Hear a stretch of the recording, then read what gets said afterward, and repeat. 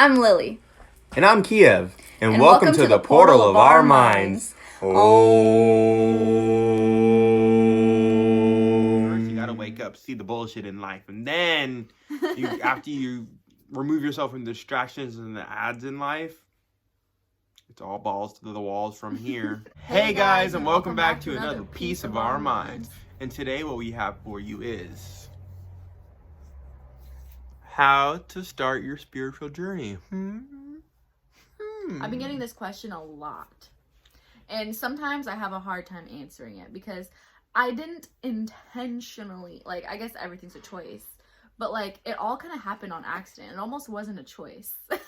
It's like it is a choice, but it also isn't. It's like you kind of put yourself in certain situations without realizing what it's gonna lead you to realize in the moment. Like, I don't even really know. It's hard to explain. It's like walking into your house without realizing that today's your birthday, and then you're walking into your own surprise party, and then you're like, whoa! Yeah, pretty much. And then it's like, oh, whoa, and then you realize it's like you knew it was coming, but you just didn't know when. But I didn't know it was coming. I didn't know my spiritual awakening was coming. It literally happened out of nowhere. But so for me, how it happened was this is how it started for me, and this is how I usually try to explain it to people. Is if people who are asking, how do I start my spiritual journey, this is what I usually will tell them. Look up people on YouTube that have already started their spiritual journey, because that's what I did on accident. I found Infinite Waters on accident. I just saw one of his videos, the title intrigued me, I clicked on it. After that, I was like, oh my gosh. And he's the one that really I've always been awake in a sense to where I knew something was off on the planet. Same. Which, like I said, being woke and being spiritual, having a spiritual awakening is kind of different. But they're also one and the same. But they also kind of go hand in hand. A lot of things in the universe are actually like that, which is weird. Weird. Well, I mean, we're all one, so it kind of makes sense. Kind of like but how... we are also individual, which it's just let's get back to the point. Sorry, it's exciting. It's exciting, and there's so much you can talk about that goes into it, which is why it can also be kind of confusing, and why it can also be so misinterpreted, or I've been using this word a lot lately, misconstrued. Oh, yeah. So I'd say start by watching, first of all, people who have already started, because then you can get an idea of what it is, and look up multiple people too, because we all kind of do different things or do things differently, and we all kind of learn from each other. So I would say, first things first, one of the biggest keys to a spiritual awakening is meditation. Another big key is to start really questioning certain things that you do. Start out with something small, but then look at also the bigger picture, for example, the politics, religion, the food that we're consuming, how banks are run, and how all this plays in, and how we're constantly being drained of our financial stability, our energy, for so much that we truly don't really need, So you gotta really try to take a look and question why those things are there, who put them there, and who decided that it was okay to trust those people without, because obviously the people who initiated this whole thing aren't the same people that they were, it's generations of families have gone through this, controlling what we do as humans, and everybody's mentality is different, everybody thinks differently for themselves, so each different person is gonna get screwed up. It could get better, it could get worse, you never know. Right. And you got to question that. We're all different. And I would say one of the main things that your spiritual journey will teach you, which it taught me, is all the little things that just don't matter. All these little things that us humans care so much about. For example, money, jobs, all these things. You think, oh, well, how am I supposed to make a living? It's just a little small human thing. It's hard to explain. There's certain things that are hard to explain unless you've really gone through it. But then there's also the little things that you thought nothing of that become a big deal, what's a good example? Eating meat could be a good example. I know a lot of people who go through their spiritual journey realize the dangers. You have to be wary of the iron intake you take in with how much iron, or with how much meat consumption you consume, because if you consume too much iron, it makes your whole body out of whack, because you have to have a certain balance of metals in your body in order for your body to function properly and healthily. And the meat also can, depending on where you're getting it from, but meat causes cancer. It does. And I'll explain the meat thing real quick because it kind of goes with this can go with so many things rather than just meat. It's not, don't even think of it as meat for a second. Just think of it as energy because everything's energy, right? So what has that energy gone through? That energy has gone through misery, that energy has gone through torture, that energy has gone through depression, and then that energy gets stagnant in that meat. Once you chop that cow's head off, that energy that it was feeling becomes fear. frozen. Yeah. It freezes in that meat, and you feel that when you eat it. You are what you eat. So when you eat it, you consume that, you become that fear, you become that depression, that misery. So if you're filling your body's a temple. So if you're filling your body with high vibrational foods, you're going to be a high vibrational person, you know, like that's just like a little example of something that we've been through on this that we've spiritual journey. experienced. Exactly, that we've experienced. And one thing I do want to add too when it comes to your spiritual journey, oops, sorry guys, is got a hurt leg.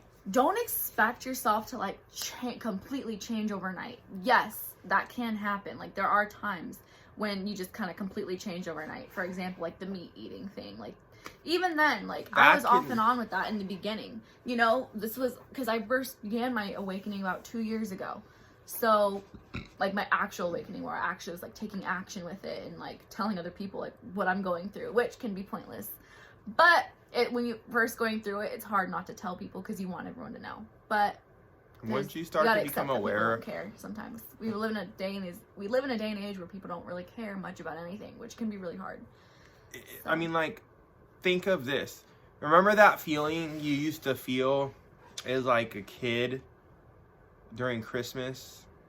How you'd feel that homey feeling, that real like that connection with all this energy in your family, and then over the years that energy starts to just deplete.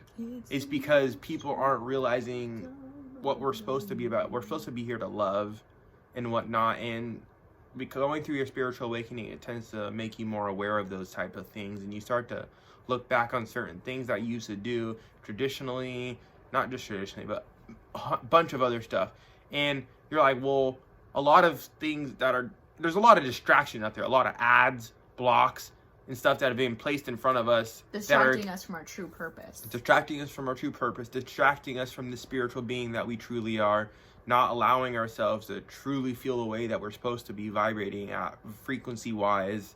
And one of the biggest things you'll realize is the shift in energy. Your body is going to shift to a higher frequency while your mind may not be completely there yet, as your mind starts to come to the point where it starts to understand everything that's actually going on. And it takes time, but as long as you maintain your emotions, your thoughts, and like the actions you put onto others, it'll come back to you with gratefulness, like abundance, like it'll benefit you wholeheartedly to look into this type of stuff, because you're gonna find things out about your stuff that you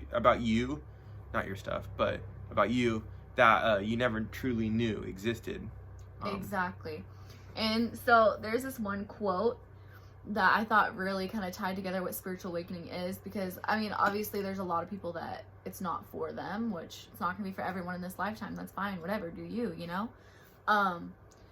But there's this quote that I loved that I feel like really tied into the spiritual journey, because one thing about being on your spiritual awakening is you realize that you are naturally a high vibrational being. So fear, depression, anxiety, stress, these are all illusions. We do not have to take part in those low vibrational frequencies. We can choose, we have the free will to focus our attention on love and peace and all that. We're humans, so obviously we're gonna fluctuate, like that's unavoidable.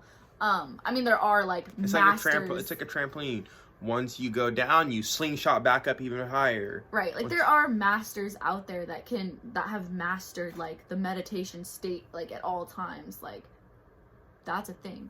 But it takes years of practice though. Maybe it's a practice. That's one thing I want to add is like it's something that you practice every day and you learn and you grow every day. But there's this quote that I really want to read. Okay. I got this out of a book called Modern Esoteric by Brad Olson. And it says, "Love is the only truth. Everything else is an illusion.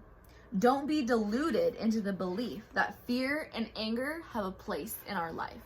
And I just love that quote so much because it makes so much sense, especially because we get stressed over the littlest things like money and road rage and all these things that lower our vibration, lower our immune system. Realizing that we may not have food to eat a full meal for the next day or two, but in actuality, if you cut down how much you're actually intaking with your food, you'd realize you have food for the next few days. Yeah, you also, your stomach is the size of your fist. One thing that's actually another thing that happens when you go through a spiritual awakening, especially because fasting is actually one of a kind of a spiritual practice that people do, which I tried, and I did a fast for a 24-hour fast where it was no food. I just drank water.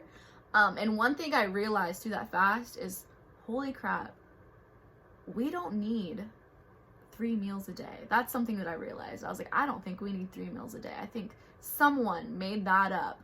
If you take that, if you get a highly nutritious meal, all you need is a nutritious meal, one every day that benefits every proportion of your body, that fulfills all your body's needs in one meal. That's all you should need. I mean, that's all you need. Like, do I do that? No, I'm not gonna sit here and lie and say all I eat is a carrot a day. I eat more than that.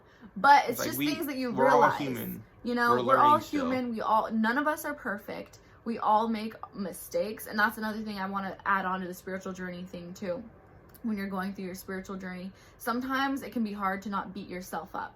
I've experienced this because I'll be like, I should know this. I know I'm not supposed to do that, or I know. But you got to remember, and I still got to remember that we're human and we're programmed. We're trying. We're all trying. We're also unprogramming ourselves from old programs, especially if they're old programs like about ourselves. And it takes a while to unplug yourself from the old programs and to plug yourself into this new system. I won't call it a new system, but I will also call it a new system because we're indulging ourselves into our own system now rather than the system that's been put in front of us. Right, exactly. So it's a time to start thinking for yourself, rather than just believing and consuming everything that's put in front of you. Things like that. So.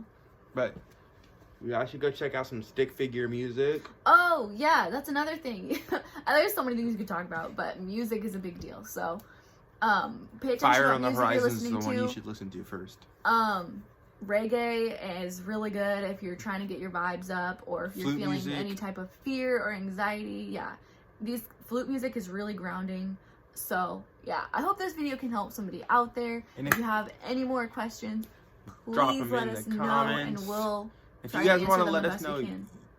If you guys want to let us know your spiritual journey, drop them in the comments. If you want to ask us more questions, like she said, drop them in the comments. And it also comes with being alone, so if you ever feel alone, just know you're not alone. Just know you're not. You're really not. So anyways, peace. Love you guys.